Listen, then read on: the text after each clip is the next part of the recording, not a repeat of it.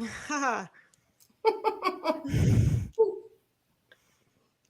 happened to it?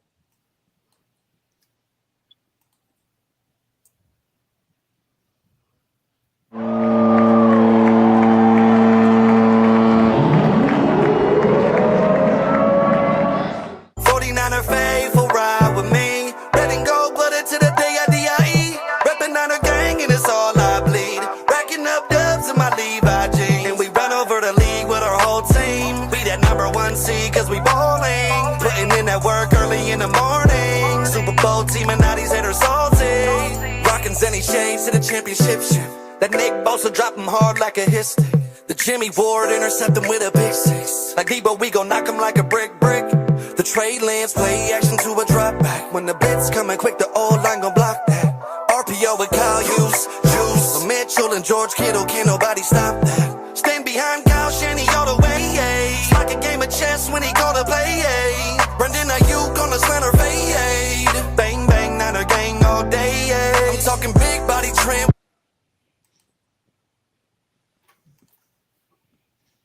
All right. There we go. Welcome to IE Sports Radio. Those videos are courtesy of NFL.com. I'm Niners Jess. Ty Alston is on vacation. We have Maddie B and your girl Bex. What's going on, Faithful? Hey. Hello, friends. How's everybody? Good. Maddie, you got a new background. Where are you? I'm literally like 3 feet over from where I normally am. I just moved the chair. So, yeah. Really Whole different. I didn't want to be in front of the books anymore, like for this week. I wanted to switch it up, and I wanted to be able to watch the TV at the same time, so it all kind of worked. But then I realized I got a light out, so yeah, I had to turn on another light so it didn't look like I was in the middle of like a dark alley. So great times. We're good though. We're good. Yep. Everything's fine here. How are you? Yes. Everything is just wonderful. It's a calamity of errors tonight. Yeah, I had to drive to Boston and back in one day. So, like, I'm just happy I'm awake at this point. So, we're good. We're good. It's like going to Boston to not go to a 49ers game is just a big load of suck, guys. I'm just going to boil this down to you right now. Like, I enjoy keeping my son alive, and I know it's important and all that, and it's really great. But honestly, going to Boston for that, as opposed to, say, like, going because I'm going to a game, definitely. It's a huge buzzkill. Yeah. I'm not going to lie. The Sonic doesn't even make up for it on the way back. Is he doing better? He is. He's good. He's full of he is full of it today. He's just fine. He's good. Awesome. Yes. Good. That's the important part. It is. Yes. So without further ado, let's bring on our special guest for tonight, Ryan of No Border Sports. What's going on? Shipping out to Boston. What up? Whoa. Dropkick Murphys. Yeah. Hey. Just put it up. Ryan, on the thanks tee. for coming on the show. Thanks for joining us. Yeah. Thanks for having me. Very flattered. No, you guys run a good ship over here. Tight ship. Yeah, we try. That's all, Jess and Ty. Yeah, there's no tightness over here. This is all loose, buddy. Put her up. I'm always coming in hot. Right. It's always. I'm either like over prepared or like my ass is on fire. It's one way or the other. Right. So here we are. Here we are. All right. Ryan, before we get into the latest, how about you tell us how you became a 49ers fan? I was raised in the Bay Area, the East Bay, a place called Bay Point, West Pittsburgh. They changed it. And I had my Joe Montana, my Joe Montana pajamas, came with a little helmet. Nice. I didn't really know who he was at that time. Because by the time I started liking football, my mom sat me down in front of one of the Super Bowls with the Bills and with some French onion dip, some sour cream and cheddar chips, red vines, and some root beer. And it was like, I was a single child. So it was like, you got to learn how to be a man here, watch the Super Bowl. And I was hooked. I was like, this is awesome. They're flying around trying to take each other's heads off. So at that point, like I was a Steve Young fan. You know what I mean? The Niners were in my area, and my grandma. I spoke to Jess earlier when she was on my show about my grandma Mabel, who just loved football, baseball, and basketball. She was heartbroken when they went to the long shorts in basketball. She thought they were very unattractive and too clumsy looking. She's the one that told me that O.J. Simpson couldn't have murdered his wife because he was, quote unquote, such a good ball player.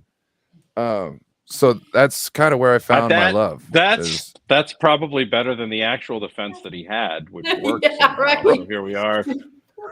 I remember having that conversation. I remember having that conversation with my mom. I was like, she thinks he couldn't have done it because he was a good ball player. She goes, honey, I know. That was the conversation.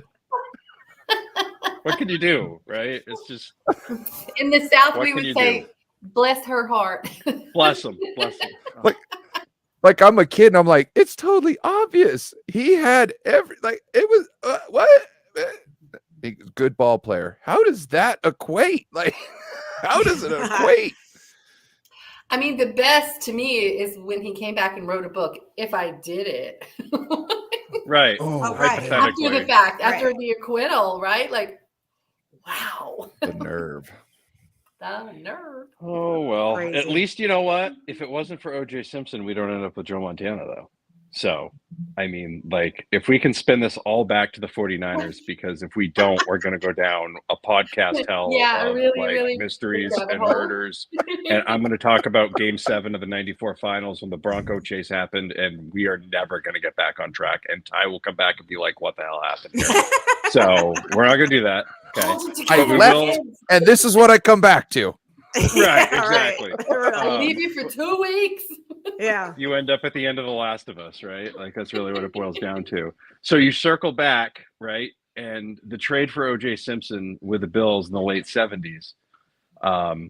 Eddie DeBartolo was really excited because O.J. was coming home. But fun fact, only one of his knees was coming because the other one wasn't. So it wasn't going to be there.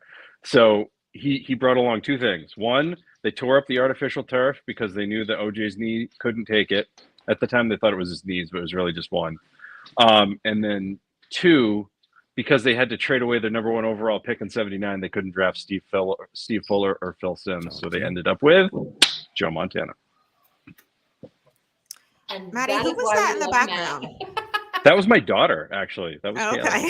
Because Yeah. I saw little eyes. I'm like, Oh yeah, I could have been. They would be like, hey, what's going on? Like I said, I moved it 3 feet tonight, just 3 feet. Same chair. You would think it's 3 feet.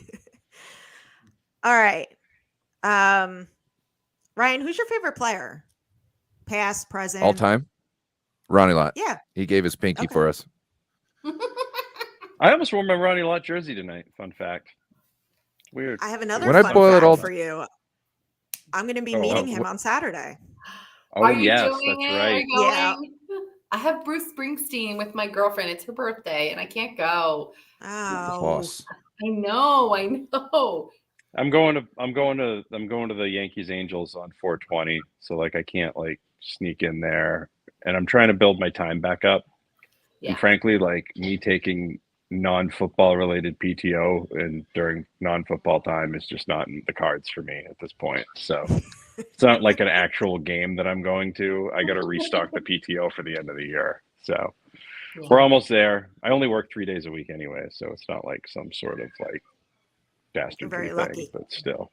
Yeah. We're getting close to But- schedule drop when it's going to be rapid fire, booking everything and spending money. So I Yeah, know. it's going to be Definitely this time. I'm not waiting till last minute. Mm-mm. No, Right. well, I mean, until they flex a Thursday night game at the end of the year and screw us all. But that's and a screw whole other everyone. scenario. Exactly.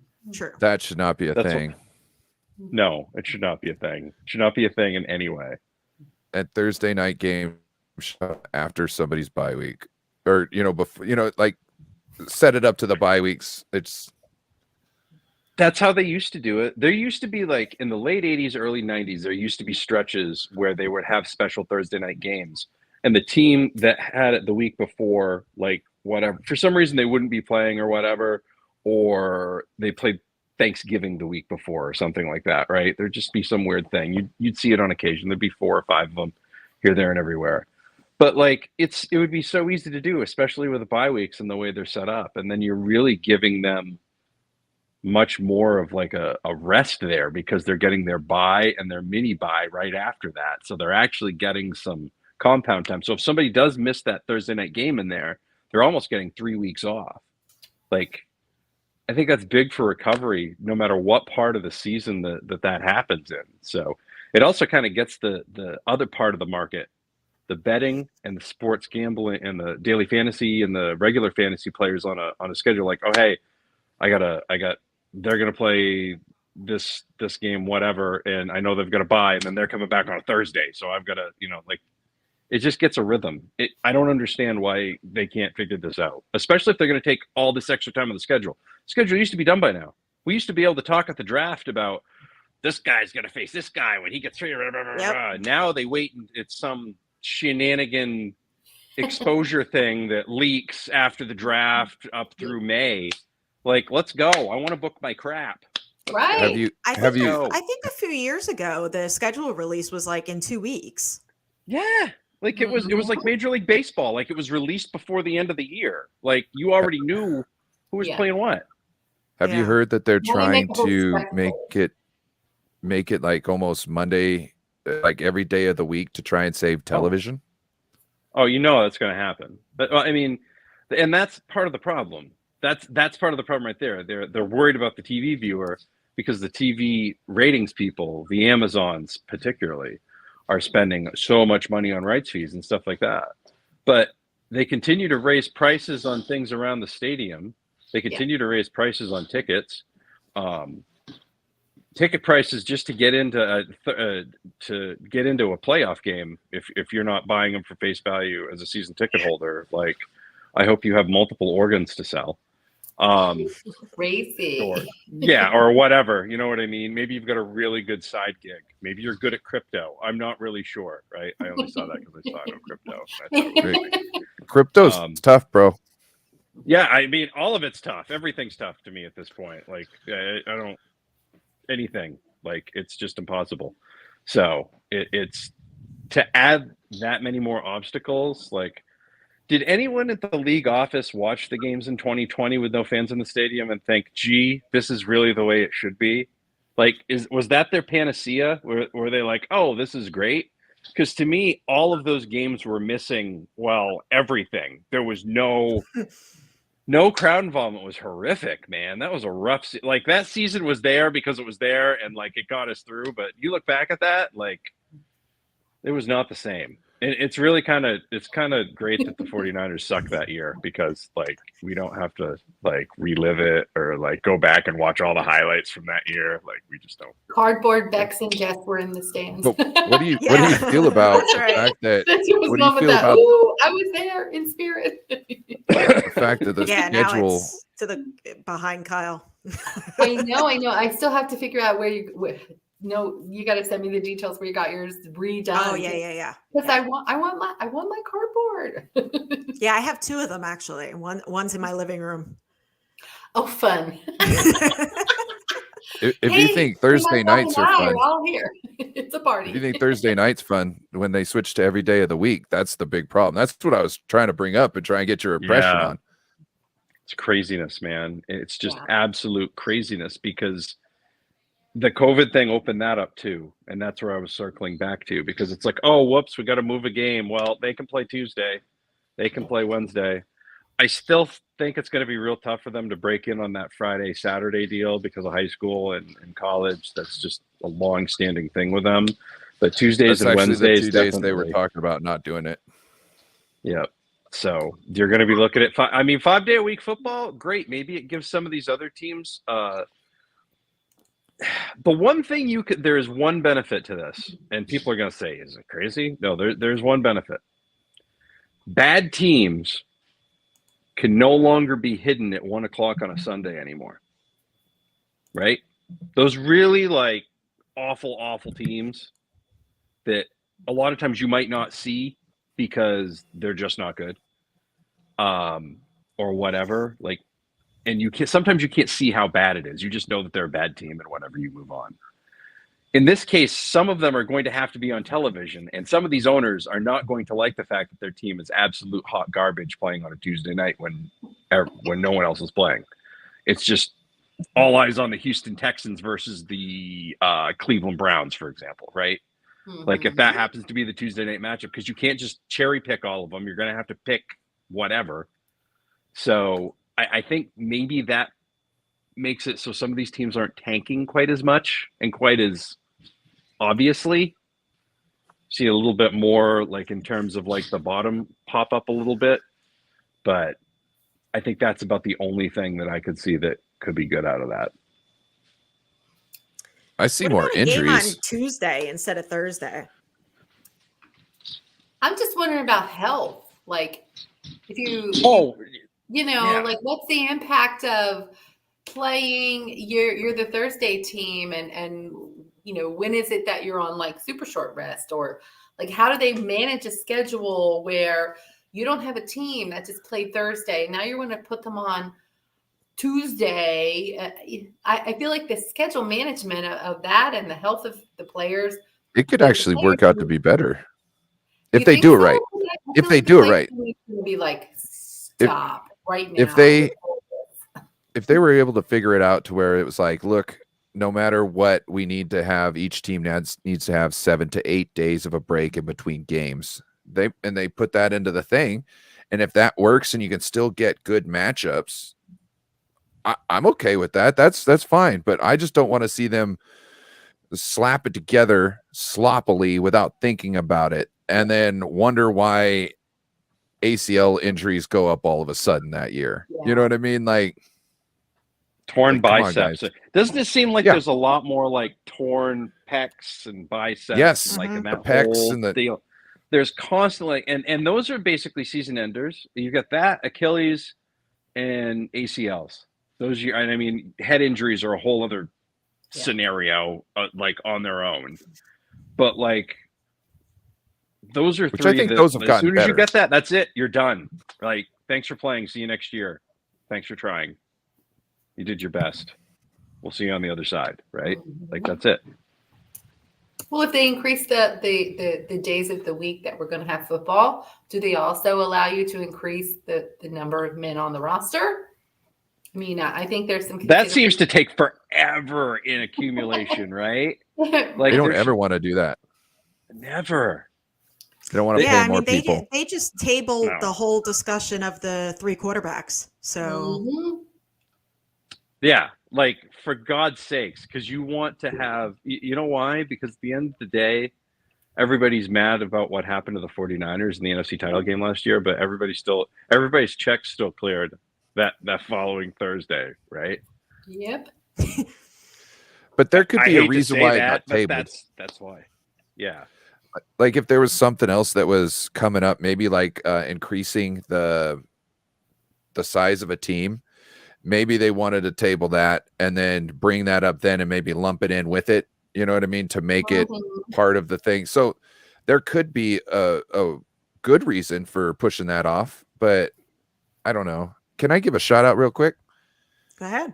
I got Niner Sickness and Mariah from 49er Faithfully podcast. We both do a show together called Niners and Friends, and on Tuesdays, and you can check us out. It's rotating on all 3 channels.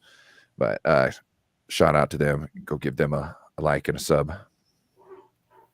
Yeah, definitely.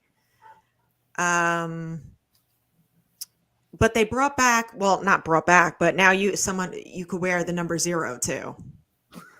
That's what the Wrestling. That's what the people Wrestling. wanted. Have you heard of them Yes, talking about this, to a hero, right? the 25-yard free catch rule or whatever? Oh yeah, which was weird because like that was a whole other like. Are they just trying to get rid of special teams coordinators as a whole? Like, are they just trying to get rid of special teams? Like, that's what it seems like to me. I think you would have a meltdown, Maddie, if they did. Like, what's the point? Like, then you don't even call it football anymore. You just call it throw ball. Like, there's no foot involved in it any longer. Throw ball. What's the sense of doing that? Why not just like spin the ball in the center of the field and whichever way it falls, that person gets it? Like, come on. There you Like, go. what is There's the an sense? idea. Yeah. Well, there's no There's no You heard We'll it play a here game strategy. of duck, duck, goose Hot between takes. the wide receivers and cornerbacks, and Hot whoever takes. wins gets the ball at the 40-yard line. Like, The okay, turnovers of possession when it comes to special teams are a really crucial part in the winning of some miraculous games. And to take strategy out of somewhere that could be totally used in certain situations by smart and canny individuals, I think is robbing the fans of an enjoyable experience. They're talking about they want to, make it so the defense is playing with kid gloves and the offense gets to just run down the field, do whatever they want, right? Okay. So that's exciting, right? So is a muffed punt. So is the ball going through somebody's hand, and everybody on the field, their antennas go up and they all know that the ball's live. You know what I mean? Everybody in the fans know what that means. You watching the replay of that, they're getting excited in one way or another, either pissed off excited or happy excited. You know what I mean? Like, why are they trying to lessen that? Yeah. I don't know. All right. well, I mean, Going- it's under the guise of player safety, though. Special teams play, people get injured, blah blah blah blah blah. Yet we want to have football 5 days a week. I don't. And we play on understand it. turf, even though all the players We tell play you- on. How about Perfect. that? Let's make some smart changes and not like take the fun out of the game. Let's And then fix we it. mismanage Safety the grass issue. field, and then we mismanage the grass field for the Super Bowl so that it smells like a hockey locker room, in the best game of the year. And then people are slipping all over the place like it's was horrible. friggin' the NHL All-Star Classic. So Oh it's my great. gosh. And that's another thing Anybody that's ever between- been in a hockey locker room at any level knows exactly the smell I'm talking about. And you're actually in your head right now saying, oh God, oh no. I'll never My- forget being, it was Hot takes. 2009 or 2010. I can't remember which one it was. Carolina beat the Bruins in a game 7. And I remember going down to the Carolina locker room, and the Carolina locker room in the TD Garden is really small. And it was just, I have never smelled something so horrific in my life. It was just like, Our and I grew up locker on a room? farm. So like, tell me that I have some things to compare it to, our locker room where we hung our football equipment was where the boiler for the heated Oh pool man. was from, Oh, and it that's would bad. like Oh my God. it would turn your Oh. clothes like crispy, like no matter what, like yeah. it was So what- dry. Oh, it was bad. Oh, it was bad. Brewing all of that bacteria nicely. Oh. Bake it That's- right in there. Septic Like a little stew cake. brewing in Yeah. here. Baked right in. Little Great. bacteria muffin. It's great. Yum. Nice little- yeah. Mini muffin.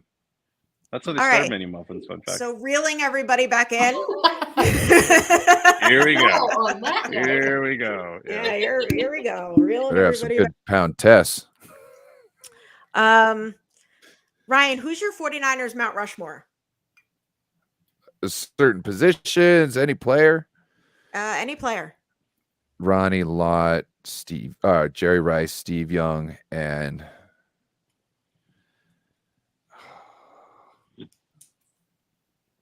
that's tough. The fourth one's tough because you can't pick anyone's after that. I'll go Frank Gore. The competition gets stiffer, doesn't it? Or no, Justin Smith. I'm sorry, Justin Smith. Oh, that's a Okay. good choice. Very good choice. All right. Jumping into the owners' meetings. John Lynch thanked the free agents who moved on, except Robbie Gould. No one said anything about Robbie. Robbie's on He my. hasn't moved on yet. teams. He's still out there. not That's officially true, gone. but he's also not signed either. right. So He's thoughts? he's still out there. But the thing is, to me, like, I still don't think they would have traded for Gonzalez if they really thought he was coming back, or they're really, really, really trying to drive a hard bargain with Robbie Gould, which I think might be what they're doing. Because if that's the case, because what they traded Gonzalez for was nothing, really. He cost No, nothing against the we cap. got stuff. They can cut him. and the conditional pick is he has to make the team. If he doesn't, then there's no pick. So like he was traded for like imaginary stuff, but he's there if they need him for a fraction of the there's no cost. guaranteed money involved with the guy. It's almost like it's a freebie for us. It's He's almost insurance. like just in case Yes. we don't come up with the deal, because I thought we were in, when we talked last week that we were negotiating. Our agents our people are talking to Robbie's agent, and we're probably going to work something out. So I don't know if he's just hedging or if he's really, really wanting to go home. And people are still like trying to say, if you're going to play, play here, here. I'd like to ask Ryan about what this, and I'll ask all of you guys about this. Isn't the free agent market just weird as hell this year? Just in the way things have dropped and fallen. Like, it almost feels like free agency's over, but there's still a ton of people out there, and it's like we're all waiting on a bunch of, like, we're still waiting on quarterbacks here, there, and everywhere. Like, it's Because most of the cap's used up, as far as I could tell. Like Also, I think we've got enough picks. I think we're drafting a kicker. There's a couple guys in the draft, and I think in case one of them doesn't work, or in case we don't get one of like the top 3, I think that's why Gonzalez is here. He's insurance, and he's also like, hey, Robbie, you're out there. We got this Gonzalez guy. We got him, but you ain't got nowhere to go. Why don't you come over here? And that whole talk about the hotel room. Like, you weren't getting a job in Chicago. So what city were you going to get a hotel room in this year? You know what I'm saying? Don't talk to me about the hotel rooms, bro. Right. You're multi-millionaire. You could have bought a house and you could be renting it out to somebody right now and be making money, return on investment. And that's the point that was raised last week. And it's an excellent point. If you're not going home to Chicago, you're in a hotel room anywhere else in America. And so what's the difference, for you or your family, really, when it comes down to that? If that's your whole issue is living in a hotel room, then don't get an apartment, bring your family, and at least have your family with you. You're going to have that same problem no matter where you go, if not home in Chicago. And that's not seemingly happening. So why are we even still discussing things? I don't understand the whole backstory or whatever issue is going on there. But he's amazing. I would love to have Robbie back next year. It's almost like a weird Lamar Jackson like fraction of it. You know what I mean? Except it's on such a micro scale, right? Like the stubbornness is just ridiculous. So they're waiting. Robbie like, just okay, blushed. Yeah, you just compared him to Lamar Jackson. He's the Lamar Jackson of kickers. I mean, it's like an eighth made of the it. Scale, right? I hope you're watching, Robbie. I hope you are too, Robbie. Like, it really, like, if this is over like $1 million or so, like, I'm gonna lose it. Like, let's not screw around with the kicker. Like, if you're really ready to move on, bless it. Like, if everybody's going wherever they're going, that's totally fine. Do your thing. Draft that Moody kid out of Michigan, so Jess has somebody else to want to meet, which would be great. Draft me a rookie and go get me Yannick. Don't worry about Robbie. Well, I mean, so or Justin Houston, or Houston, yes, or he'd be cheaper. He'd probably fit with our cap space right now. Still out there? Is Leonard Floyd still out there? Because I believe he is. I really like Leonard Floyd. You know why I like Leonard Floyd? Because Leonard Floyd Rams would hate football games, and the Rams would hate it. Also, that's just a side piece, which is nice, and it's just like whatever. But like the fact that he plays somebody who's games consistent is good at edge and shows up every week. Somebody... And I don't mean that from like a mental standpoint. I mean like he just shows up and physically plays every week. I really want to see that, right? But I want somebody who gets a. So the comment that was up there before about Robbie, pay him for what he pays in a hotel bill. We know plenty of people who live in the Bay Area who rent apartments in the Bay Area. Mm-hmm. They don't make $5 million a year, and they can afford their apartment in San Jose and Santa Clara. So while that's a great argument, it's kind of not necessarily a great argument. Plenty of people are well below Robbie's pay scale and live right there in apartments near the Bay Area. Right. The linemen live not far away in apartments. So I don't buy that as the issue that he's just going to break even by what he's making and paying for his apartment or hotel room. I think he definitely is making money at $4.95 million a year. Making it and wanting to pay it is very different. That is correct. That is You're that telling me right he there. doesn't rent Sure. out some kind of Airbnb for the whole time he's here. Yeah, What I I would mean, do, honestly, I get the biggest RV in the world and camp it right outside of Levi's, right? Yeah. I'd camp Didn't it right out Kirk there. Kirk Cousins do something like that when he was in Washington? Someone did something like that. That's what I would do. Like in Washington if you get a State, family- because that's something I've seen out here. No. see that. I've seen it. I do want to point it's a out as far as thing the that kickers go. Go ahead. John Lynch did allude to the fact that Gonzalez is a kicker, not the kicker. Mm-hmm. Yep. He's I in still charge. think It's almost like he showed up to an event with a new girlfriend to make the old girlfriend jealous. Is really what it seems like at the end of the day, right? Pretty much. There you go. Maddie's on a roll today. Or however you would That is like to always- do that in whatever always on the situation roll. you identify. That's very true. Okay? very We're inclusive here. Very good analogies coming from Maddie B. Yeah. You're welcome. Brock Purdy timeline. Won't know. Seems to be until June- flexible, huh? Little Google bit. us, right? Won't know until It's June open 2nd. ended. It's not flexible. It's open ended. You know what I mean? He's currently rehabbing in Arizona, and they will see in about 3 months. So probably about June 2nd. He'll be ready for camp.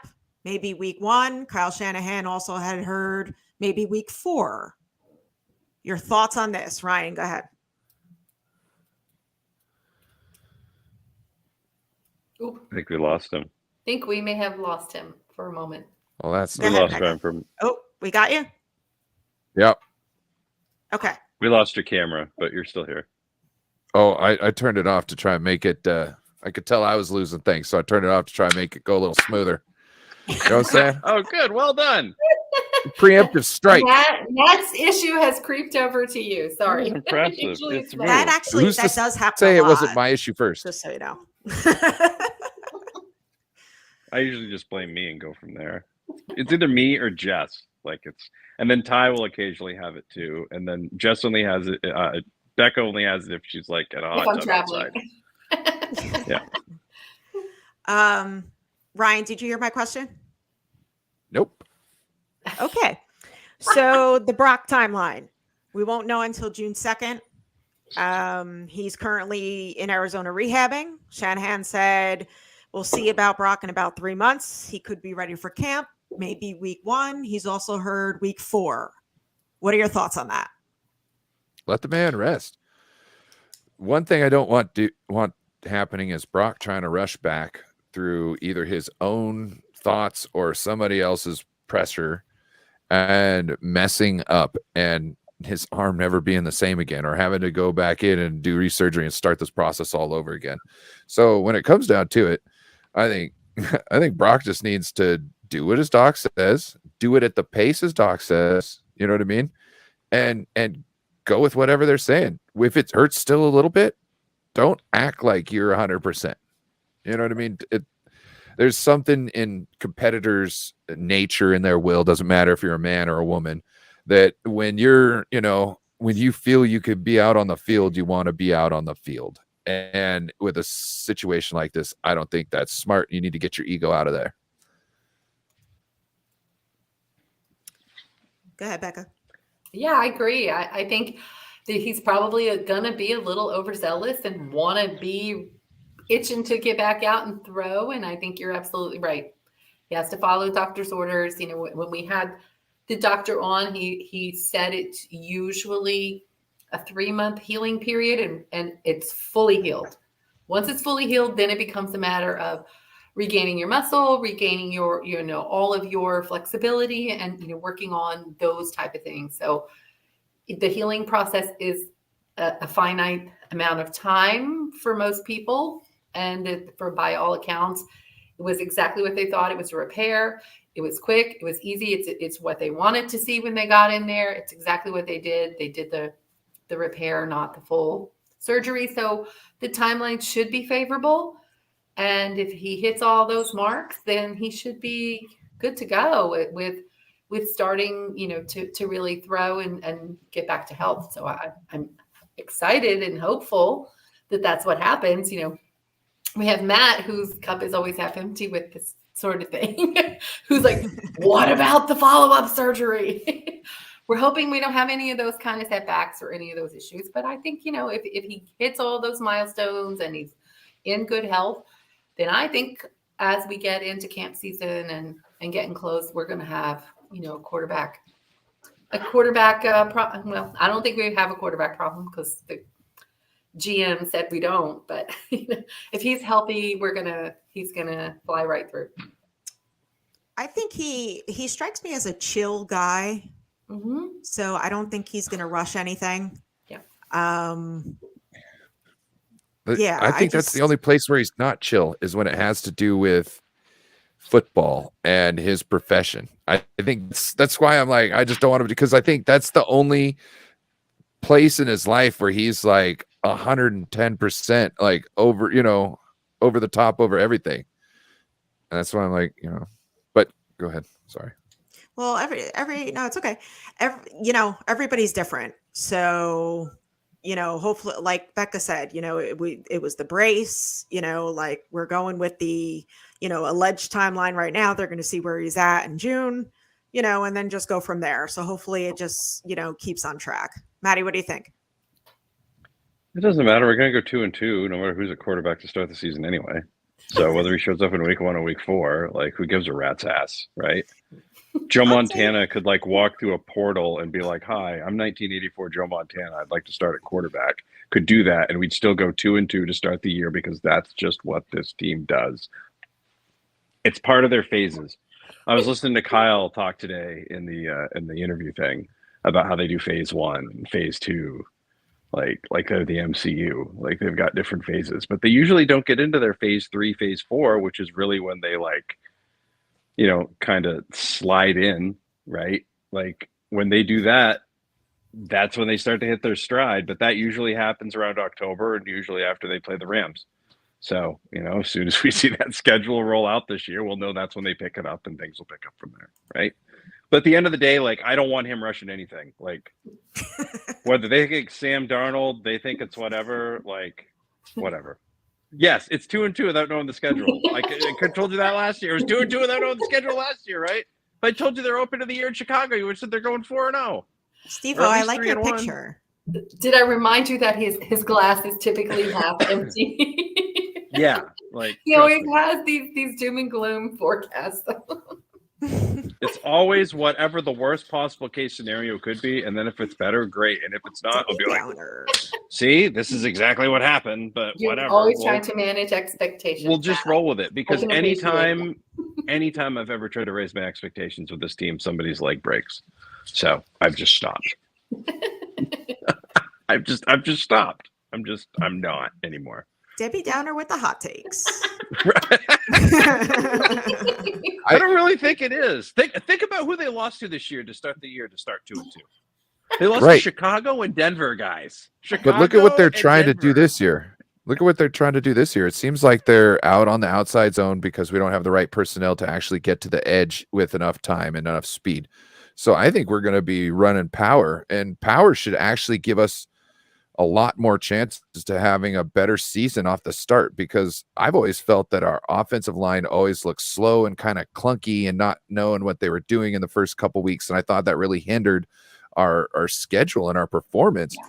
And by the end of the season, they are so crisp and clean. Like I was explaining, when you're playing on the offensive line, if you're too far back away from the line, you're going to miss your block. If you're too close to the line, you're going to get tripped up and tackled. So knowing how far back you need to be and just being in sync and having the timing down at the end of the season, just not having to worry about all that stuff week 1, 2, 3, or 4, I think might give us a better chance. And also, we brought back Brendel, which I thought was a big thing. I thought we kind of thought we let Continuity.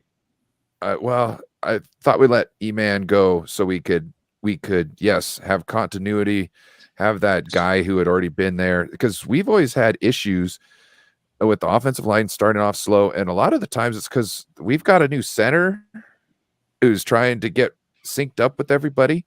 You're talking about from the center to the left tackle, all those people know what the heck they're doing. Right guard still up in the air, but we could put in a right guard that was in there last year and have 4 people on the line that were starting all under the same thing. So, yeah. Well, they seem to be very high on Colt McKivitz starting at right tackle. They are very high on Colton McKivitz. I don't know why. My pen. I don't know why. I don't know how Do you think that's just to buy them track? track? By the way, I'm not trying to be funny, but for the last 3 years, this team has started 2-2.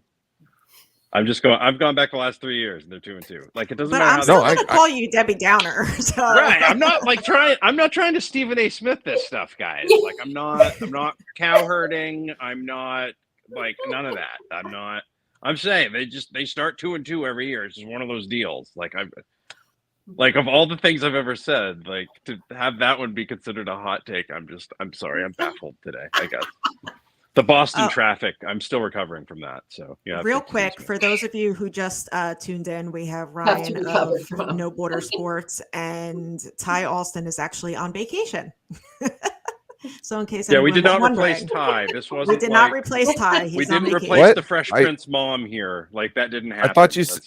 I thought you said because I could get 20% that I was the new Ty.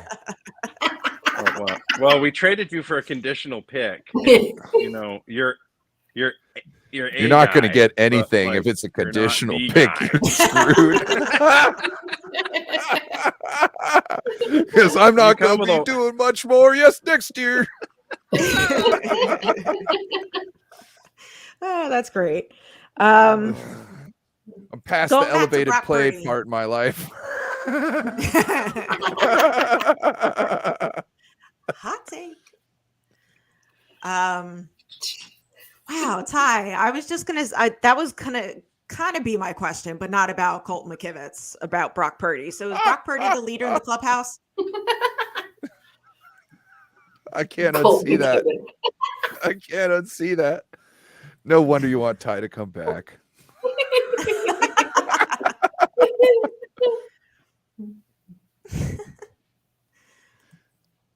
Ryan will get you an 8th round pick. Hey, 8th through the 12th round used to be the sweet spot, man. It used to be really good. Oh, that's great. I wish I'd bring back the 8th to the 12th round. That would be one thing I would really be down for. And honestly, I think the league should do it because they don't necessarily have to guarantee the contracts.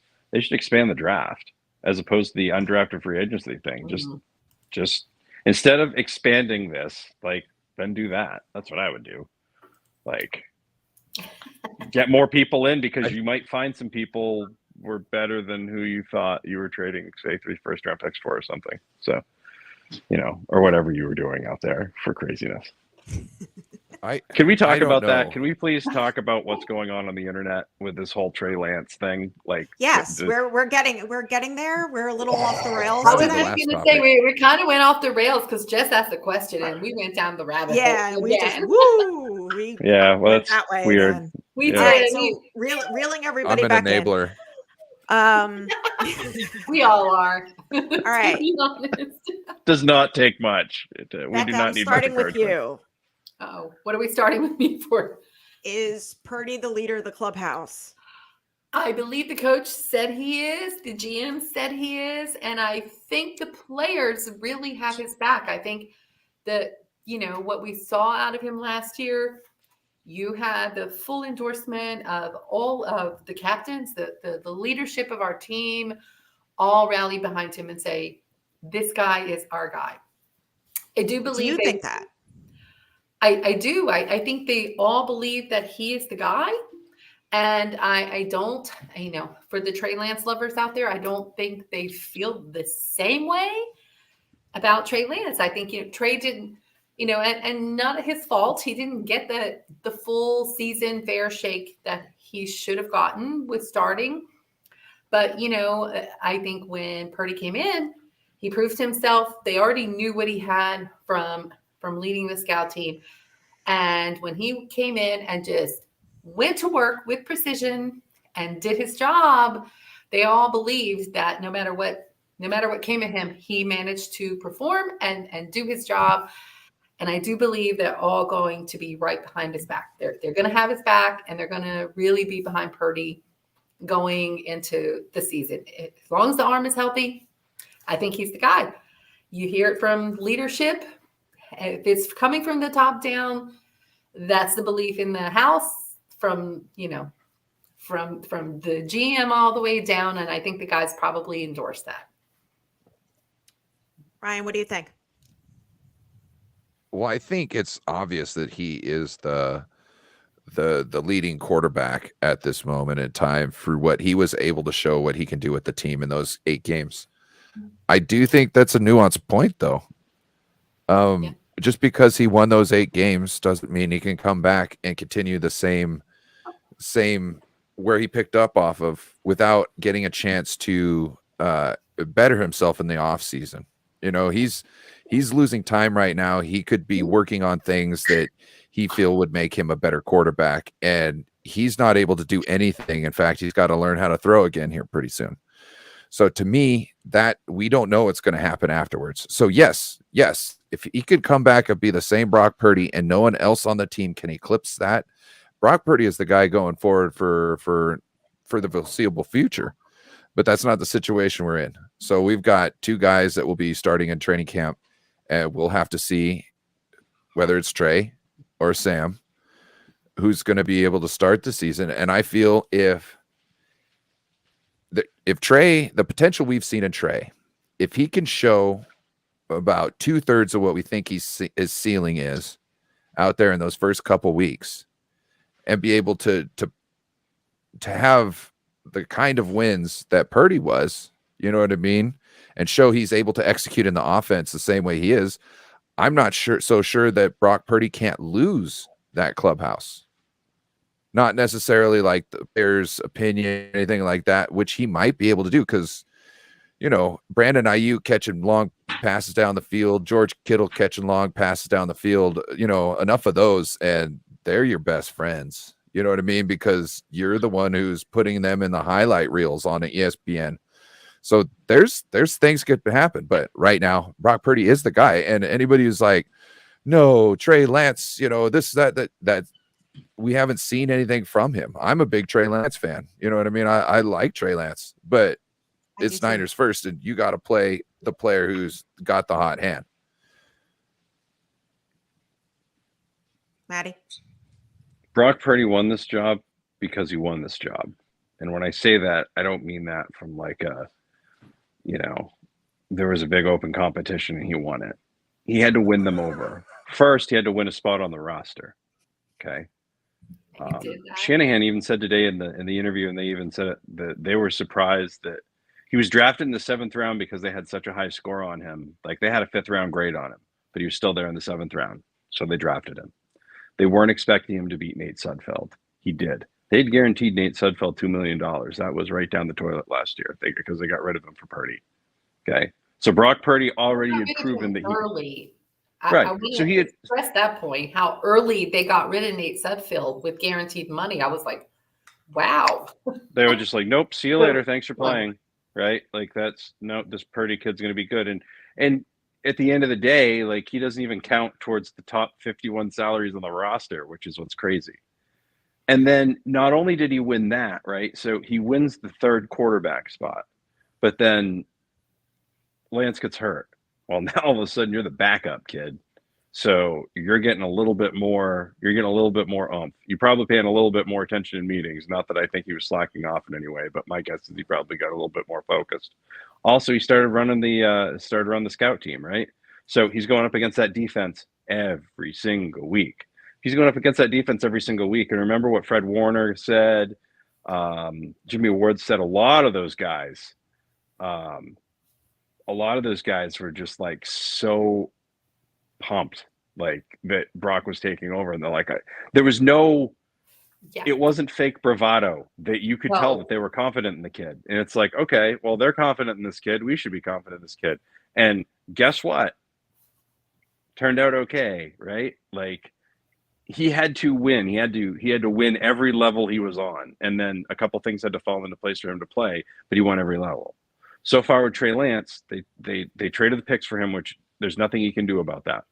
That is not Trey Lance's fault that they took him at 3. It is not Trey Lance's fault that they traded 3 number 1 picks to move up, right? Or traded one in a pick swap. I don't care. Do whatever semantics you want to do to make yourself feel better. So they really wanted Trey Lance to win that job that year, okay? Because they thought that he might have that higher ceiling than Jimmy, right? Or in a worst case scenario, he can learn under Jimmy for a year. They tried to get him the job on a couple of different occasions, and it didn't end up working out. And then you had the same situation where they handed it to him last year, and then he starts off in a monsoon, then he gets hurt, and then that's it. Like, he hasn't had a chance to go out and win it. He's been given it, and he hasn't like taken it after that. It's been taken from him.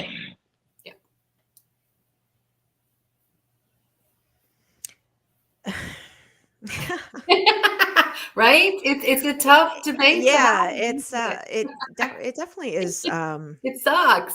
It does. We want them all to be great. We want them all to do well. You know, you have this young kid, Lance. Why wouldn't we want him to do well? Yeah. I just you know, who's ever under center, that's who I'm going to support. I like both guys. I like Trey. I like Brock. Obviously Brock is the leader in the clubhouse right now. You know, and Ryan, you're right. We haven't seen much of Trey. But you know, hopefully you know, with camp and getting the reps and, you know, and stuff like that. But then there's that talk of Sam Darnold, you know, coming in and splitting the reps. With guaranteed money. Which I actually really don't think that happens. I don't think they split the reps 50-50 for some reason. I do, because they have had their eyes on him since 2018. Every single interview they've mentioned, we've been looking at him since 2018. They looked at him hard in that draft for whatever reason, right? Because they did. They think he's another reclamation project. I think they've decided they're house flippers. Okay, I think that's what they're thinking. They're thinking, instead of trading GTV, look out! We got happens when flippers right here coming at you, Matty B. So first off, they're like, okay, we're going to trade these 3 number 1 picks, and we're going to develop this big piece of property, and we're going to have Trey Lance is going to be the next Patrick Mahomes, right? That's what everybody was hoping for. Am I correct on that? Is that like the best case scenario? Like, trade up, you get him, that's the guy, right? He learns for a year under a guy like Alex Smith, Jimmy G, whole thing, boom. That's the perfect blueprint. That's what everybody wanted. Well, somehow that just hasn't worked out. So now they're like, okay, we're not trading a bunch of number 1 picks anymore because we need the cost control. But what if we can get some of these guys that weren't in great situations previously, that we know have talent, that we've already scouted because they've already done all the scouting work on them. Now I can bring them into my system, just like they do with the offensive linemen under Forrester, just like they do with the defensive linemen under Kachurik, right? Just like they used to do with defensive backs under George Seifert back in the day and Ray Rhodes. They coach them up. I'm not sure I understand. I don't either. So like, it's one of those deals where like they think this is a low risk, high reward deal for them. And I think they're much more willing to shop in that level of market than they are to ever do what they did 2 years ago again. Yeah, I think we're feeling a little bit of like, did we really give away all that draft capital? And now it's just been like one roadblock after another. So I hear you, and I appreciate that point, because I think that's once bitten, twice shy kind of mentality now. It's that overcorrection. You almost go to the opposite. You know, and you know, they course corrected this year. They realized, you know what, we needed DeForest Buckner. Every single interview, they're like, you know what, we need some toughness on the line. And Judge York was like, yeah, we can pay for that. right? Even he said, "Are we getting an impact player or a bunch of like little players?" He's like, "I'm not doing it for a bunch of average players." According to Lynch, Lynch was like, "No, we're going to go out and get Hargrave." Oh, okay, that's cool, right? That's the stuff you want. And that right there, Terradome, like Joe Montana had to compete for his job, right? Like against Steve Young, he had to compete for his job against Steven Berg. If Joe Montana had to compete, Trey Lance can compete. Okay, and Trey Lance is going like that's if Trey Lance can't outplay Sam Darnold, then is that on? That's not going to happen. But this is what they like to do. Everything's a competition. They like everyone to compete. I don't know why people flip out when they say, oh, the quarterbacks are going to compete, or Trey Lance said, oh, I can't wait to compete. Everybody competes.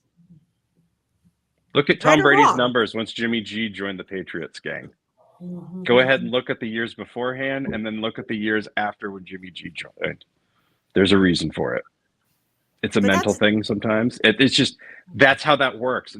That's how a team like that wins 6 championships in how many years? You just bring whoever's in, and whoever plays the best for you gets to play. That's it. It doesn't matter where they were drafted, what you paid for them. That's it. Just, that's how it works. And that's how the good teams in this league win. This is what you want, right? Complacency kills. Why. What's that, Ryan? Complacency kills. So if you don't ever have competition and you think you're at the top, you never have to. Some people don't think. Some people push themselves harder than other people. There's other people that don't need anybody else there, just push. But it's always good to have somebody in there, and whether or not they, play or not, if you bring in somebody in to compete, then you've got somebody there just in case who wants to be a winner because they were there to compete. You know what I'm saying? Like it's not a bad situation whatsoever. Just as long as they can, once one's been named 1 and the other one's been named 2, as long as they can work as a team and understand that's what the situation is, you're good to go. But you're right. At this point, you need 3 quarterbacks who can take snaps. Kyle doesn't want to keep 3 quarterbacks. That's something crazy. One last thing before Ryan has to jump off because he has a show to get on. Ryan, Kyle Shanahan, your thoughts on how he's handling now? All of a sudden, your picture cleared up. Imagine that. Right?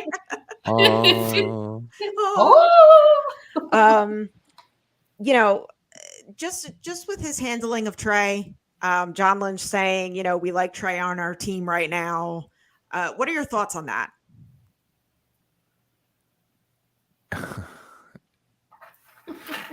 You knew he was a project. So when he didn't run as fast as you thought he was, how is that a deal breaker? You knew he was a project. If you weren't willing to put your time into the project, I feel that you should have stayed at 12 and picked up best player. You know what I mean? And found and kept on going your awkward route of trying to find quarterbacks. I don't think it seemed like we were talking about this backstage. I heard that the moving up to 3 was like a knee-jerk reaction because of Jimmy not being able, or Kyle thinking Jimmy could have came back at the end of the season and him deciding not to. We're also talking about the same season. I think it was the 2020 year. It was when Kittle came back after he had been hurt. And he's like, "No, we come back for these games. I'm a football player." I think if that's the case, that you moved up to knee-jerk reaction, moved up to 3 in a tantrum to try and get a quarterback, and then get somebody like Trey Lance, who you're not going to spend time in, and you're going to change the offense essentially to the point where he's now just a running back, and you're not going to try and marry his strengths in with your scheme to try and make it an easy transition, then I'm really upset, because he's supposedly an offensive genius.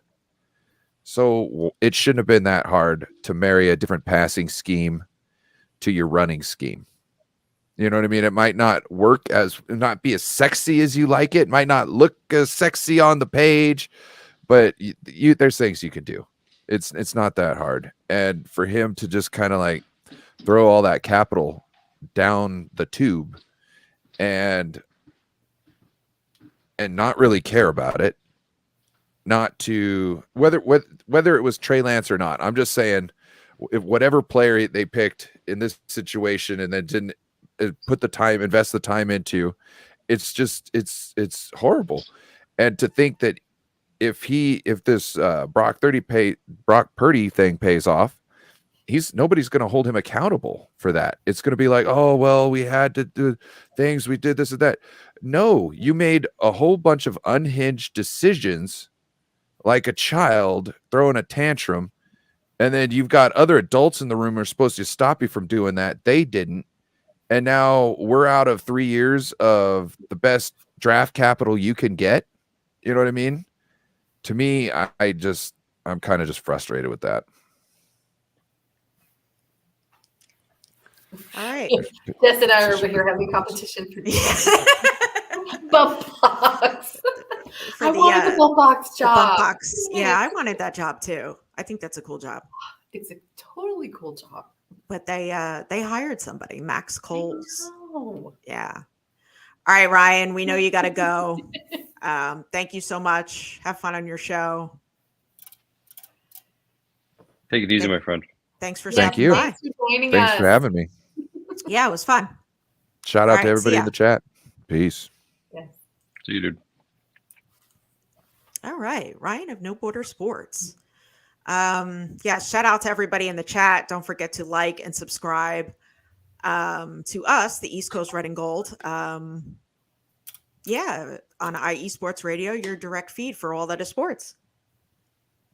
Speaking of, for the last 8 years, IE Sports Radio has been bringing you the heat of the sports stuff here.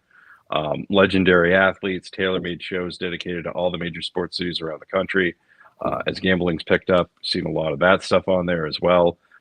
It's been by the fans and for the fans. That's really the direction it's been taken. With your help, we can take the next step. IESportsRadio.com. There's 5 different tiers, and the first one starts at just $5 a month. All sorts of things in there. IE Sports Radio merchandise, access to Podcaster U, even a chance to be featured on a segment of the flagship show, The Defining Moment. Thank you all very much for continuing to make IE Sports Radio your direct feed for all that is sports. And that's IESportsRadio.com. And make sure you're subscribing to us on all the things as well. And clipping things and sharing them and using that when you're talking about content creators, not just people that are throwing crap against the wall, for example. And hoping and something saying things. sticks. Yeah, just stop it. Yeah, and IESportsRadio.com/East Coast Red and Gold. So like I said to Ryan, John Lynch said, we like Trey on our team right now. Does that sound like he's going to be traded? I know people are saying that he's going to be traded on draft day. There's those jersey swaps that have him in a Titans jersey already.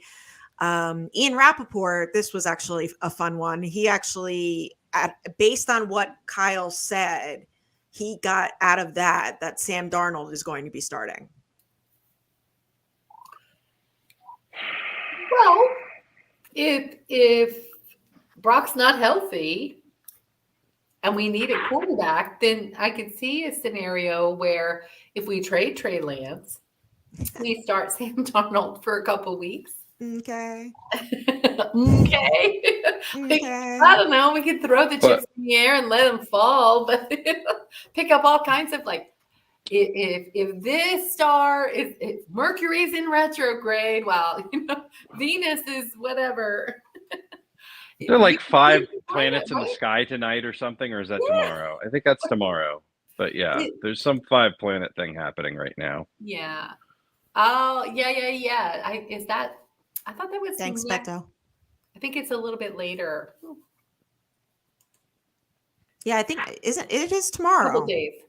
I think whatever it is, I got to do the app. I'm hoping it's clear, but I've had different things going on because it would explain all the weird energy that's been happening with this team, 49ers Twitter, this whole. I can't believe wish that people would just support who's ever under center. What are we worried about? Are we It's- worried about winning, or are we worried about who's playing quarterback? You would think we're worried about who's playing quarterback. That's what it seems like. Like, Yeah. oh God, who's playing quarterback? We got to have Trey Lance play quarterback because we want Trey Lance to play quarterback. I would love to have Trey Lance play quarterback, but if Brock Purdy's playing better, then I want Brock Purdy playing And I quarterback. want Brock Purdy to play. Right. If Trey Lance is playing better than all of them, then I want Trey Lance to play quarterback. If Right. Sam Darnold's playing better than all of them, then I want Sam Darnold to play quarterback. Right. That's how it works. I want whoever is playing the best for this team and helping them win football games go on, right? I didn't always agree and love all the things that Jimmy G did, but if you look at that team's record with him at quarterback and with him not at quarterback, there is a stark difference. A very stark difference. And before Brock Purdy took over last year, there was also a stark difference in people that replaced Garoppolo when he was hurt. Yep. So there's still a lot of question marks at that position. And now you've got a quarterback that you thought was going to be the guy and he's hurt. So, and hopefully it's week 1, but maybe it's week 4. And if that's okay, we just have to be okay with it because we don't want him to be And rushing. exactly, we could see Sam Darnold or we could see Trey Lance playing quarterback in week 1, 2, 3. You know, I mean, those are all real possibilities. I wouldn't rule any of that stuff out. But And whoever it is, Ty, I think- don't know if you joined us early, but we did talk about Kicker and Robbie and his whole situation. I see Ty's comment in the chat. yeah, and how Zane Gonzalez is a kicker, not the kicker. Not the kicker, but a kicker. And, you know, we owe him nothing. He's not guaranteed. Robbie's still in the win. So hopefully he's coming back to us and staying in our hotels and or our apartments in Santa Clara rather than some other city. So, Right. And, you know, we also said that regardless, no matter where he plays, he's going to stay in a hotel. yeah, he's going to have the same dynamic. It's just, yeah. Yeah. So at the end of the day, I just feel actually it's about the logo on the helmet. You know, players come and go. Who's ever under center, we should be behind. Yep. You know, everybody competes. Every team in this league competes. That's when you play sports, you compete. It's a thing. Brian, I'm on it. I'm on the shaking the candlestick. Shake dirt the for candlestick Robbie. dirt for Robbie Gold. Yep. I We do still actually- often. Before the start of the season, we have to get some sage. We have to do that on. Yes, we will. We on will the all show. stage before the show. I love that idea. That's great. It's yeah. a done deal. My daughter already. I'll just tell her. I'm like, I need a sage thingy to burn. Yeah, I got to get Love it. mine. Yeah. I kind of agree with this that Robbie is kind of a diva. He is I a think. diva, but he also earns it though. Like he gives zero. When you watch He him earns the work diva before title. the game, Hot take. stone cold. He's a stone cold diva. We're just gonna have to put it like that because I think he's Robbie? eccentric. I don't know if he's a diva so much as he is just like cranky old man. That old thing. That old take Maybe it that all and character squeeze it into that, one thing. That's Robbie, right? Like, yeah, cranky that old guy man. that Dana diva. that guy on Saturday Night Live, Dana Carvey used to play, grumpy old man. It was just a messed up hair and an old sweater, and I'm a grumpy old man, and that's how he'd start and end everything with it. Like that's Robbie Yeah. Gould. Only he I could think kick you the have ball to- really well. to also add like over 50-year-old woman attitude in there too, because they give no F's about anything, about anybody at any time. Cranky old. That whole wild energy, right? Like diva-esque, but also zero F's given and cranky and all the eccentricities and yeah, molded into one. You get Robbie Gould. Let me kick in the middle of practice and cheerleader performances. Don't care. Yeah, that's pretty epic. I like that. I'm definitely, if we don't have him back, I'm going to miss that. Yes, no doubt. There's also Sure. one other thing that I have to ask a question to both of you for. Why is Uh-oh. it that people that think that Kyle is running quarterbacks into the ground also want Lamar Jackson at quarterback? I'm just curious about that. Like how would that work? Like if you ran Lamar Jackson, like would you get mad at Hot Kyle? Would the universe implode? Like how would that work? Like would that create an incursion? I'm not understanding how that would happen because like I see this little pocket that's like right? And I feel like that's also the same pocket that's like, I can't believe you ran Trey Lance up the middle. So I'm confused. Can you do that I other need voice before clarification. that again? Which one? The one I where don't you were know. like super seated. Yeah, That one, right? that one. Yeah. Okay. Oh Yeah. God, that's funny. I'm busting your chops. No, as you should. 100%. Yeah, I don't know. I don't know why the fan base is in complete disarray again I think after. this is just how it is, right? Like it's just how it is. I think this is how they want it to be. Like, Everybody's in a fever dream, Matt. I mean, everyone thinks Lamar Jackson had a hot run, and if we get him and Kyle takes over, then he's going to be magically beautiful again and wonderful, and he's going to do all these supreme things. Except that, see, Ryan's good. No, that's fine. I appreciate that. They're bringing in J.T. O'Sullivan, Ken Dorsey, like all these. They're pulling names out of the hat here. But yeah, I mean, I just think there are certain quarterbacks who are going to fit the scheme. Kyle already has his man. He knows what he wants. You could talk about Lamar Jackson, but then you got to talk about cap money and his physical health and his whole attitude too. And yeah, we're definitely not going after Lamar Jackson.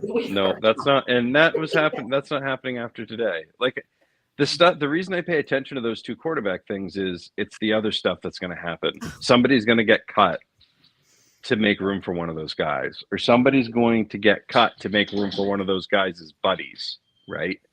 So because somebody needs this, like Aaron Rodgers needs OBJ, so we got to trade Corey Davis or whatever, like all the things and all the dominoes that fall. Because you pay attention to that, this is where a team like San Francisco can come in and be like, yo, how would you like to come play for us? And they've also done this really good job based on some of the things that, 49ers Cap had done some things on it. I think it was Lombardi actually posted it today, actually did an article in The Athletic about how if a team goes and does the just the minimum salary, there's a different sort of exemption you can get from the league so that you can get more money off of the salary cap. Like they really manage this thing really well. Yeah, I think so. I'd have to agree with that.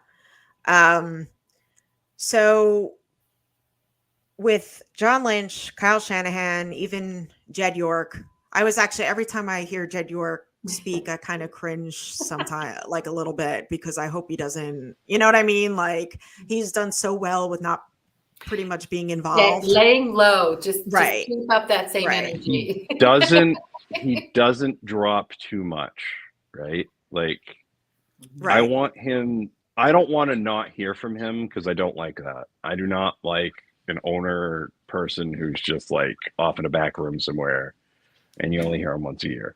You got that with the Yankees. Like when this new Steinbrenner comes out. True. Like, I'm not a fan of that. Not a fan of that at all.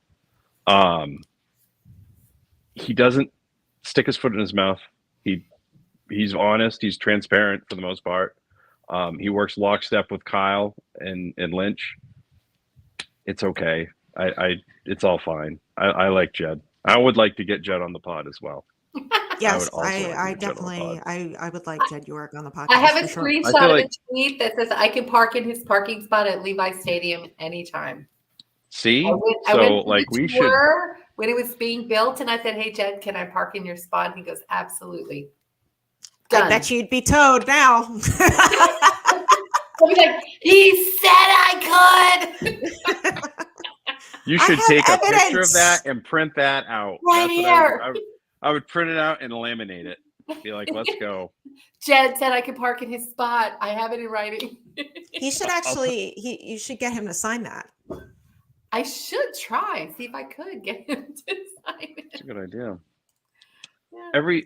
I think story about Notre Dame. Oh boy. All he could do to keep his family fed. He's still here. I really think the draft is going to be a pinnacle for this team in this offseason. I know everybody's kind of like, oh, they're going to get draft picks. I really think they're going to end up filling most of their team out. with this draft. I think they've been able to spend quite a bit of time on it. And there's been some telling statements. I saw a statement where instead of working from the top rounds down, they decided to work from the bottom rounds up. Mm-hmm. Yep. Which I think is really going to help them in terms of like some of the 3rd, 4th, 5th, 6th, 7th rounders that they're going to be looking at. I don't expect them to package anything and trade anything up or anything like that, but I wouldn't be shocked if they're able to spill a couple more picks into next year's stuff as well, right? Somebody gets desperate in the 3rd round to trade somebody, or the 4th round trade somebody, and they get a 5th next year or a 2nd next year because somebody gets desperate or something. So I think the draft is going to be a fruitful event for this team. Yeah, I don't see us trading up much either or at all. I think we're just going to use our picks wisely and take guys that we think can continue to be the next man up. I think I'm still kind of on the fence as to whether we use all 11 picks or not. Maybe as it gets closer and I kind of do a little bit more like research and stuff like that. Players, I'm still on the fence with that. I don't think they're going to do all 11 because that's a lot to have. I mean, if they really like all the players, they'll do it. My guess is they're going to draft about 8, but they're really good at the undrafted free agent game too. Yeah. So that's not some sort of like, they're really good at that. So I could see them drafting a few undrafted free agents and then getting them into the red shirt system, which they seem to be really good at doing. I also wouldn't be shocked if the left tackle that they really want is going to be in the draft. Okay. With their first pick, who do you think what position? They've been really, really hot about offensive tackle, defensive tackle, building inside out. So I would fully expect that if somebody from one of those two spots that's ranked high, maybe they had a 1st or 2nd round grade on, is dropped into the 3rd round, they'll probably jump on that. But I'll tell you what, another thing that I wouldn't be shocked, I can't remember the name, but I did see that they're looking at speedsters, almost like they're trying to replace Raheem Mostert. You almost wonder, they're going to 2 QBs and 2 kickers being drafted. Oh yeah, they would totally lose their mind. It's a dumpster fire already. Oh my goodness. I was just about to say, I think they're going to draft a running back whenever they can, and if they could do if they get a speedster that can do the Raheem stuff, that'll be able to take those tosses off power and run those into the end zone. I think they'd be looking for something like that. So I wouldn't be shocked if that's what they did either, but I think it's going to be offensive or defensive tackle. I definitely think we're looking at O-line. If somebody's highly, but I agree, Matt. If somebody's on the defense that's still highly rated and available, we're going to take that. But I think we're going to look at the O-line and. Yeah, I'm actually gonna go D-line. But I also really think that they're gonna go tight end as well. Beto, that's a great idea. Oh, yeah. I like that idea. We'll chat. But going back to the little pressers from John Lynch, Kyle Shanahan, and Jed York, do you think they were not necessarily Jed York, but Kyle and John? Do you think that they were lockstep in what they said about the quarterbacks, as far as timeline, for Brock or lack thereof? What do you guys think about that, Becca? I definitely watched Lynch's. I didn't see all of Kyle's. It's been a really busy week. It's month end. So, but I would have to imagine these guys are hip and hip. They're going to be pretty lockstep. They're going to have similar thoughts and messages out to everyone in their commentary. I definitely think that they're going to be on the same page. Maddie, what do you think? I thought John was optimistic, and I thought Kyle was, as a Debbie Downer, I thought Kyle was kind of Debbie Downer. I thought he was like a little bit more realistic in terms of like, oh, hey, before we get too excited. I felt like John Lynch was more like, this is the best case scenario and everything looks great. sunshines and roses, unicorns and lollipops. And then I felt like Kyle was like, yes, but maybe not till week 4, right? Like Well, that kind of. But I thought Like, John I was just like, felt like "Listen, he we're trusting the expanded that. doctors." Yeah, I- that's just what it seemed like to me. I don't think they were out of step in any way. I just feel like Kyle was trying to set expectations just in case there's any BS, because there's been so much BS. Right? Ty, this is a great. Debbie Downer can identify another Debbie Downer. Yes. So. That's awesome. I just, you know what? I think John Lynch was kind of short and sweet to the point, and I just think Kyle elaborated. But I still think that they were on the same page. I don't think, Kyle, he was honest. I feel like Kyle's always very transparent. That's just me. That's my opinion. I think he's very matter of fact in everything he delivers. He's just, here it is. Right. I mean, they both No said, sugarcoating, yeah. we'll see June 2nd, because that's when he starts to throw. They both said he's rehabbing now in Arizona. Yep. And could be ready by camp week 1. Kyle Hurd week 4. I don't know. Some people are saying that Kyle said 8 months. I didn't hear that. He said 6 to 8, right? Because it's 3 to 6. Like, people hear the things and, like, I'm telling you, it was just a topper. I didn't see anything on it that he was like fired up or anything like that. He didn't. I feel like it's a real struggle for Kyle to not just tell people everything when he talks. Like, I feel like he just wants to be like, are you bleeping kidding me? Like, because he probably could. He could probably just talk football circles around a lot of people, but like he just can't. So he has to hold back, and like that's what it felt like. That's kind of what that felt like. It was just he was more, hey, it could be a week 4 thing, right? Maybe he just wanted to help the content creators, because if that's the case, then he's done a great job, because clicks and views for folks that are like, is Sam Darnold the guy? Like, it must be up this week, man. Like, Hot take. unbelievable. Yeah, Duraflame hot take. Brought to you by Duraflame. The world's longest self-burning log. Duraflame, if you're watching, hook us up. I'll put in a fireplace if that happens. Yeah, right? Can you imagine? That would be awesome. That would be pretty cool. Brandon Ayuk. They're interested in picking up his 5th-year option. You like this?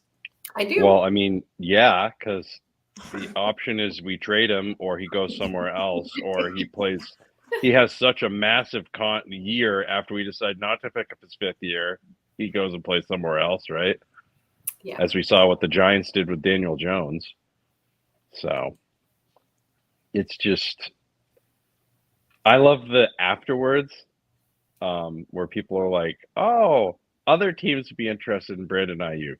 No shit. Really? You think maybe they would be? I think I'm other teams shocked. are interested in all our players, to be Yeah, completely right. honest with you. Yeah. I feel like if Nick Bosa was at all, I feel like other teams would be interested in him too, right? Like, and he's not on the market. Just Get on that, Ty. absolutely. Yes. Flaming hot take Cheetos. It just blows me away. Well, you know what? And people are already into next season saying, okay, well, they pick up Ayuk's 5th-year option, as far as extension. We can't have both Debo and Brandon Ayuk. Isn't the But cap I'm going not- up again? The It cap's is. going up again. They just fired all these people from NFL media. They're going to have a bunch of money to throw around, clearly. So I need someone to explain to me. Again, this is another thing I need some explanation for. We have a league that has $6 billion. They're selling a team that has only had its name for like a year. for about $6 billion, roughly, right? They just got some insane amount of money for league deals, but we're cutting all these people from NFL media. I didn't get that. Could you try again? I don't either. I don't get it. I don't understand. He's in the same boat, Siri. Yeah. Fuck it off. But yeah, I'm not ready to talk about next season as far as keeping them both. I don't know how people can function that way. I like to look at a look ahead as well, because, and yes, we can absolutely keep both receivers. Again, the cap is going up. There's going to be more contracts to move around next year. And also, again, if Brock Purdy works out, that is like free money for the next couple of years. Like, that is just hot really damn. Is. I don't know what else. I don't know how else to say it. Like, it is the absolute, like, you're going to have a lot more flexibility to do some things. So we signed Matt Pryor, who has played every position on the O-line except center. Is he our Daniel Brunskill? Is John Feliciano our Daniel Brunskill? I mean, it could be a combo of them, right? Like, at the end of the day, they need depth on that offensive line as much as they need depth at quarterback. I don't know how many times we've had issues where this guy's out, that guy's out, this guy's out. Like, they need as many able bodies that know what they're doing in this system, that have played in this league, as possible. So if he's the guy, great. If it's Feliciano, great. If they're all part of a big rotation, that's great too. Because if Colton McKivitz doesn't pan out the way everybody seems to think he's going to, or, you know, Spencer Burford doesn't make that next step, we'll see what happens. I don't know. Everyone's so concerned about the quarterbacks. We still have the right tackle position that we should probably still be a bit concerned about, because you need the offensive line to protect your quarterback. Just saying. That's why I said I felt like we were going to go there first in the draft. Like, that's okay. I could see that. Yeah, I could definitely see that. We definitely need to go safety as well. Yeah, we got some holes to fill. Yeah.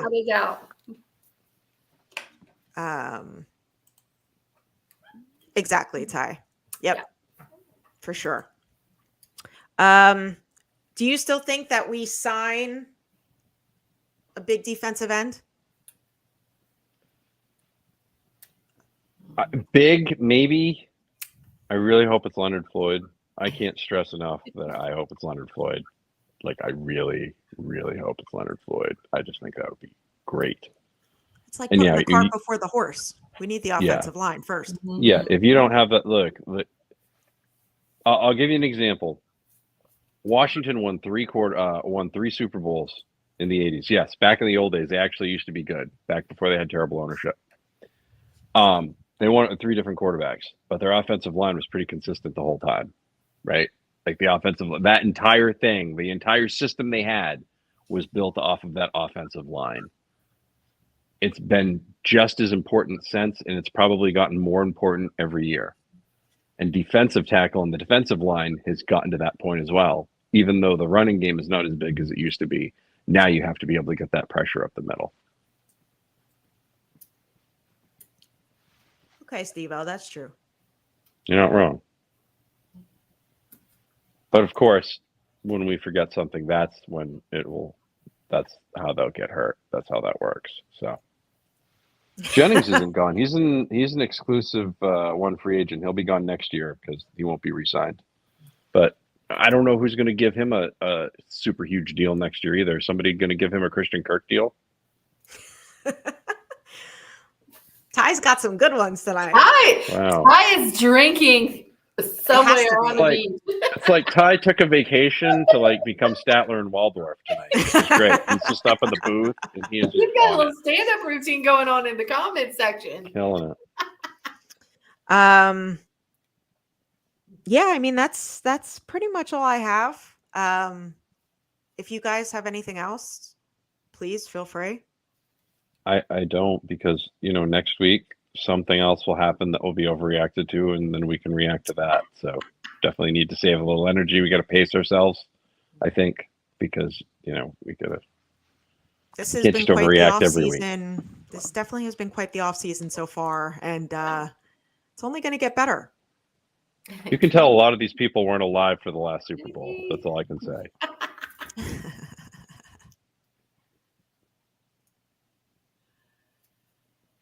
Okay. I'm flying and drinking. Look at There you go. Go, Ty. Go. Good job, Ty. As he should be. As Ty, you enjoy should. your trip. Yes. Be safe. Have fun. Um, I want all the pointers when you're back. All right. So with that being said, let's go to our hurry up offense and the 2-minute warning. Go ahead, Maddie. Let's see. Potential. I saw a thing today that somebody thinks that Elijah Mitchell could be traded this offseason, which I found pretty interesting. So keep that in mind. What Also, wrong the turn draft is did you coming up. take? Usually I'm the one that does that. Yeah, I was really surprised. I was like, whoa. So, Sorry, Becca. we were waiting for her to drink before we said anything funny. So it was really nice. We timed it perfectly. You wanted to but- see it come out my nose. I know. Exactly. take. Start getting pumped up on your draft prep and start looking at guys that might fall, and be ready, because whoever drops into that third round, they're going to be bouncing on. So start getting into your draft next stuff, because this is the time of year you can start doing that, because then after the draft, there's going to be a whole new set of free agency. Go ahead, Becca. Tight End University is back, baby. Go Tight Ends. Go TEU. And, thoughts and prayers to Nashville and Smashville and all of the, things going on down there. But Tight End University is back. Looking forward to that. And, when the draft gets here, we'll have a lot to talk about. Well, we may not have quarterback answers right now, but at least we have 3 quarterback options. And that's good enough for me. Like I said, it's about the logo on the helmet, not about the name on the back. Respect whoever is under center. We will be okay. 3 NFC championship games in the Super Bowl, 3 out of 4 years. Can't get any better than that, but we definitely need that Lombardi. Anyway, go Niners. Don't forget to like and subscribe. Yes. Yes, Ty. Yes. That is true. Love some good D too. Thanks to everybody. Wow. Hey, he I love mentioned football. I'm just saying. Thanks to everybody in the chat. It was great. Thanks to Ryan of No Border Sports. Yeah, thank you, Ryan. And go Niners. Go Niners. And of course, Bang, for bang. the upstart 49ers, they're 6 yards away from Pontiac. 3rd and 3. We'll see a pickup sometime on the right side, possibly. Montana looking, throwing in the end